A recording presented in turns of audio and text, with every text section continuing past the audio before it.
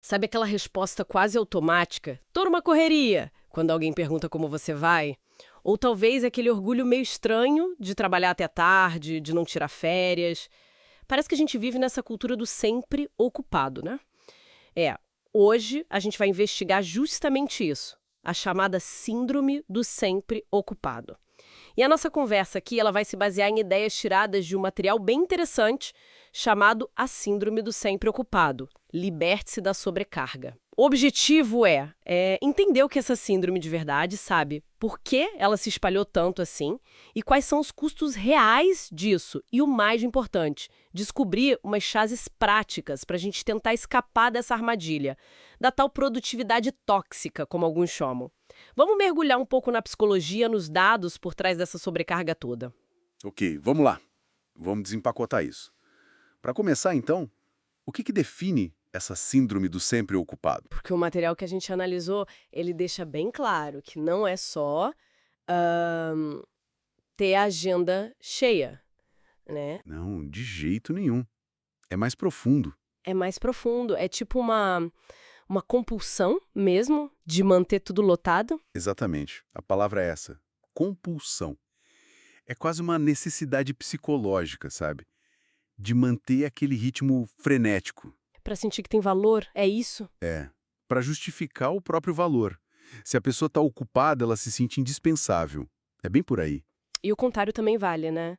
Quer dizer, a pausa, o ócio. Vira uma ameaça, quase existencial.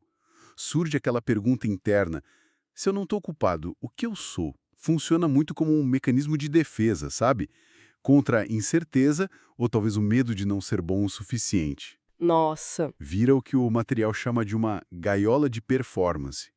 A pessoa precisa estar sempre performando para se sentir válida. Uma gaiola de performance, quer dizer, a pessoa fica presa ali, precisando mostrar que tá sempre fazendo alguma coisa, é isso? Exatamente. Uma pressão que vem de dentro, mas que o ambiente social reforça muito. E aí entra o que você falou. A pressão social. Sim, a glorificação da sobrecarga. A nossa cultura global, conectada 24 horas por dia, parece que aplaude quem está sempre na batalha, né? Total. O status social parece que vem da falta de tempo livre, e não o contrário. É só dar uma olhada nas redes sociais. Ah, sim. Aqueles empreendedores de palco, né? Vendendo a exaustão como se fosse o único caminho para o sucesso. É verdade, essa imagem é muito forte. E como essa pressão toda se manifesta no dia a dia, assim, na prática? Ela acaba alimentando um ciclo bem complicado, que o material descreve como ciclo de sobrevivência tóxico. E como funciona esse ciclo? Começa com a imitação. A gente vê o colega, o chefe, todo mundo sobrecarregado e sente que precisa entrar no mesmo ritmo. Para não ficar para trás. Exato. Daí vem a competição. Uma disputa meio velada, sabe? Para ver quem tem a agenda mais caótica, quem dorme menos, quem responde e-mail de madrugada. Que loucura. O resultado disso? Quase sempre é o burnout, o esgotamento físico, mental. Mas não para aí, imagina. Não para. Porque mesmo depois do burnout vem a pressão de retorno. A pessoa se sente na obrigação de voltar àquele ritmo alucinante para provar que ainda consegue, que ainda pertence àquele grupo dos superocupados. É um ciclo vicioso mesmo.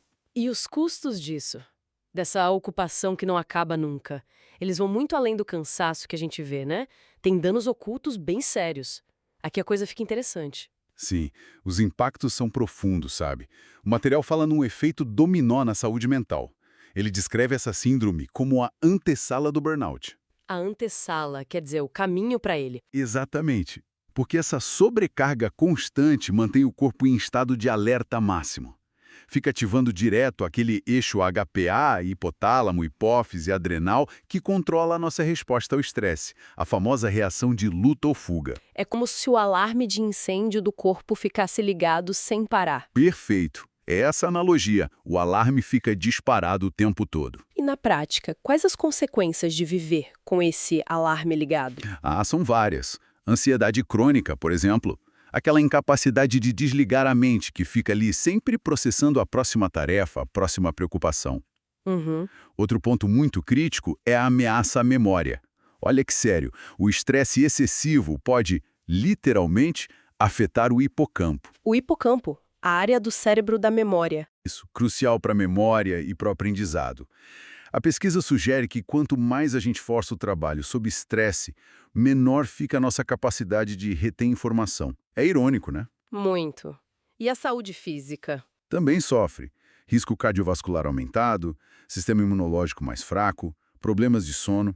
Tudo isso está ligado a esse estado de estresse que não cessa. E tem aquele paradoxo que me chamou muito a atenção no material, a tal da produtividade ilusória.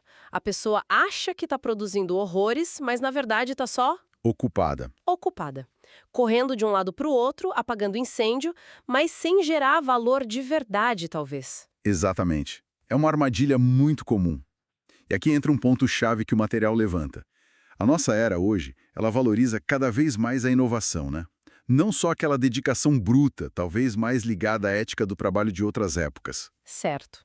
Dedicação é importante, mas não basta. Não basta, e a ironia é que a inovação, as boas ideias, elas parecem surgir justamente no oposto da ocupação constante. É o que chamam de ócio criativo. Ócio criativo. E a neurociência ajuda a entender isso. Tem um conceito chamado rede neural padrão, ou RNP. Rede neural padrão. O que é isso exatamente? Basicamente, é uma rede no nosso cérebro que fica mais ativa quando a gente está em repouso mental. Sabe quando você está divagando, relaxado, sem focar numa tarefa específica? Sei, tipo, tomando banho, caminhando. Isso. É nesse estado que parece desligado que o cérebro faz conexões inesperadas. Ele processa informações em segundo plano e, pá! Vem aquele insight, aquela ideia criativa. Então, se a gente está sempre ocupado, A gente impede essa rede de funcionar direito. Se conectarmos isso ao quadro geral, essa obsessão pela ocupação pode, na verdade, estar matando a nossa criatividade, a nossa capacidade de resolver problemas de um jeito original. uau, isso é forte. Estar sempre ligado impede a gente de ter as melhores ideias. Que coisa. E além da saúde e da criatividade, as relações pessoais também entram nessa conta negativa, certo? O material usa uma expressão forte. Ficam no fio da navalha. Sim, porque essa indisponibilidade crônica, mesmo que não seja por mal, ela vai corroendo os laços, sabe? Como assim? Pensa bem, estar fisicamente presente, mas com a cabeça em outro lugar, checando o celular sem parar, pensando na reunião de amanhã durante o jantar com a família. Ah, entendi. É uma ausência presente. Exato. É uma forma de negligência afetiva. Essa priorização constante da tarefa, do trabalho, sobre a conexão humana. Isso tem um custo altíssimo na vida pessoal, familiar, social. A qualidade das nossas relações depende da nossa presença genuína, né? Faz todo sentido. E essa percepção de que a sobrecarga faz mal, ela não é tão nova assim, né? O material até cita pensadores como o Bertrand Russell. Sim, o Russell, lá no começo do século XX, escreveu um ensaio famoso Em Louvor ao Ócio. Ele já argumentava que essa nossa atitude meio doentia em relação ao trabalho era fonte de muita infelicidade. E o que ele propunha? Que o tempo livre, o ócio, era essencial, não só para o bem-estar de cada um, mas para o progresso da civilização mesmo. Ele viu o ócio não como preguiça, mas como aquele espaço necessário para a reflexão, para a arte, para a ciência florescerem. Interessante ver essa perspectiva histórica. E do ponto de vista mais psicológico, assim, como a psicanálise poderia enxergar essa compulsão por estar sempre ocupado? Poderia ser interpretada de várias formas. Talvez como uma maneira de evitar contato com sentimentos difíceis, sabe? Ou com um certo vazio interior. A atividade constante preenche o espaço, né? Distrai de insatisfações mais profundas, talvez de uma autoimagem um pouco frágil. Então a cura passaria por se conhecer melhor. Certamente. Lidar com essa síndrome envolveria um processo de autoconhecimento, de ter coragem para encarar o silêncio, para entender o que realmente está motivando essa busca sem fim por ocupação. E para quem ainda acha que tudo isso pode ser um pouco de exagero, os dados que o material traz são bem diretos, né? Tem uns números que chamam a atenção. 76% dos profissionais em grandes economias admitem se sentir sobrecarregados e estressados regularmente. É muita gente. É muita gente. E o Brasil, infelizmente, aparece ali como o segundo país mais propenso ao burnout, o que reflete muito essa nossa cultura de hiperprodutividade. É um dado preocupante. Mas tem outro lado também, né? Experiências como a jornada de 4 dias de trabalho. Sim, existem relatos interessantes. Em alguns casos, mostrando aumentos de produtividade, veja só, e melhoras bem significativas na saúde mental dos trabalhadores. Então, o que tudo isso significa, juntando as peças? Significa, eu acho, que combater a síndrome do sempre ocupado não é só uma questão de preferência, de quero mais qualidade de vida.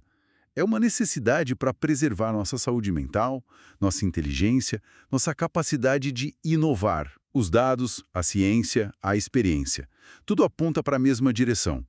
Ignorar os limites é, no fim das contas, contraproducente. Certo, o diagnóstico está claro, os riscos são bem evidentes. Agora vamos para a parte que todo mundo espera. Como é que a gente sai dessa armadilha? O material que a gente analisou sugere várias estratégias práticas. Não é uma receita de bolo, claro, mas são chavas, né? Para reeducar a mente, reestruturar a rotina, a ideia central parece ser trocar a ocupação reativa pela intenção focada. Faz sentido. Total sentido. E a gente pode talvez agrupar essas chaves em algumas ideias principais. A primeira seria sobre retomar o controle do tempo e das prioridades. Ok, como? Por exemplo, aplicando a lógica do princípio de Pareto, o famoso 80-20. Tentar identificar aqueles poucos esforços, os 20%, que geram a maior parte dos resultados, os 80%, e focar neles. E o resto? O resto, bom, talvez possa ser eliminado, simplificado ou, quem sabe, delegado. Isso exige clareza sobre o que realmente importa, né? O que nem sempre é fácil. Não mesmo. E como lidar com as demandas que não param de chegar? Dizer não ainda é um tabu para muita gente. Sem dúvida. Uma tática interessante que o material sugere é o não estratégico. Como assim?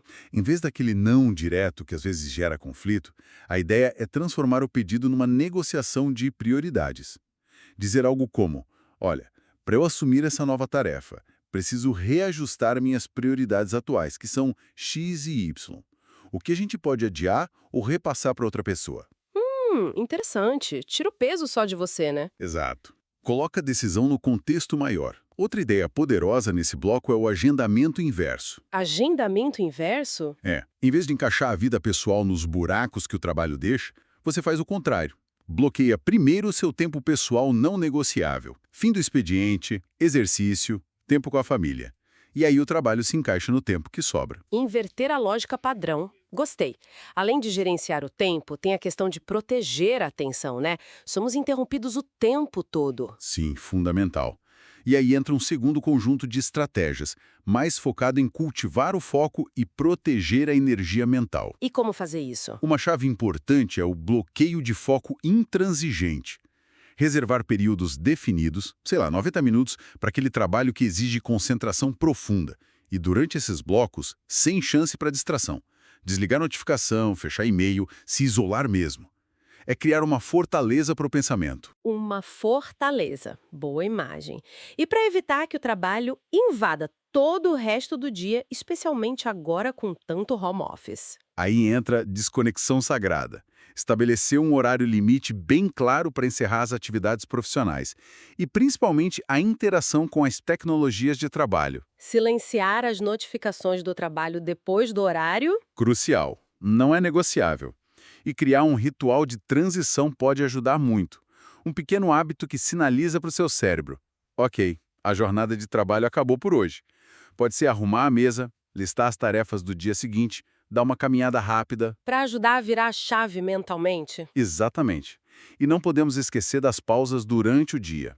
A sugestão é fazer pausas curtas com movimento, a cada 90, 120 minutos. Levantar, dar uma alongada, olhar para longe. O movimento físico ajuda a quebrar a tensão mental, sabe? Faz sentido. Proteger o tempo, proteger o foco. Mas e quando a gente percebe que essa necessidade de estar ocupado vem mais de dentro, daquela ansiedade que a gente falou no começo? Esse é o terceiro ponto, e talvez o mais delicado.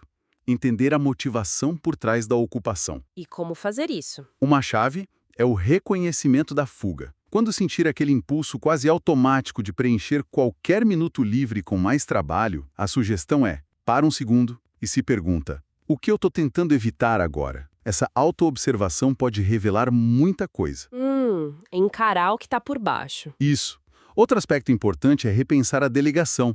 Não ver como sinal de fraqueza ou incapacidade, mas como uma estratégia inteligente para liberar seu tempo para o que é realmente estratégico e também como forma de desenvolver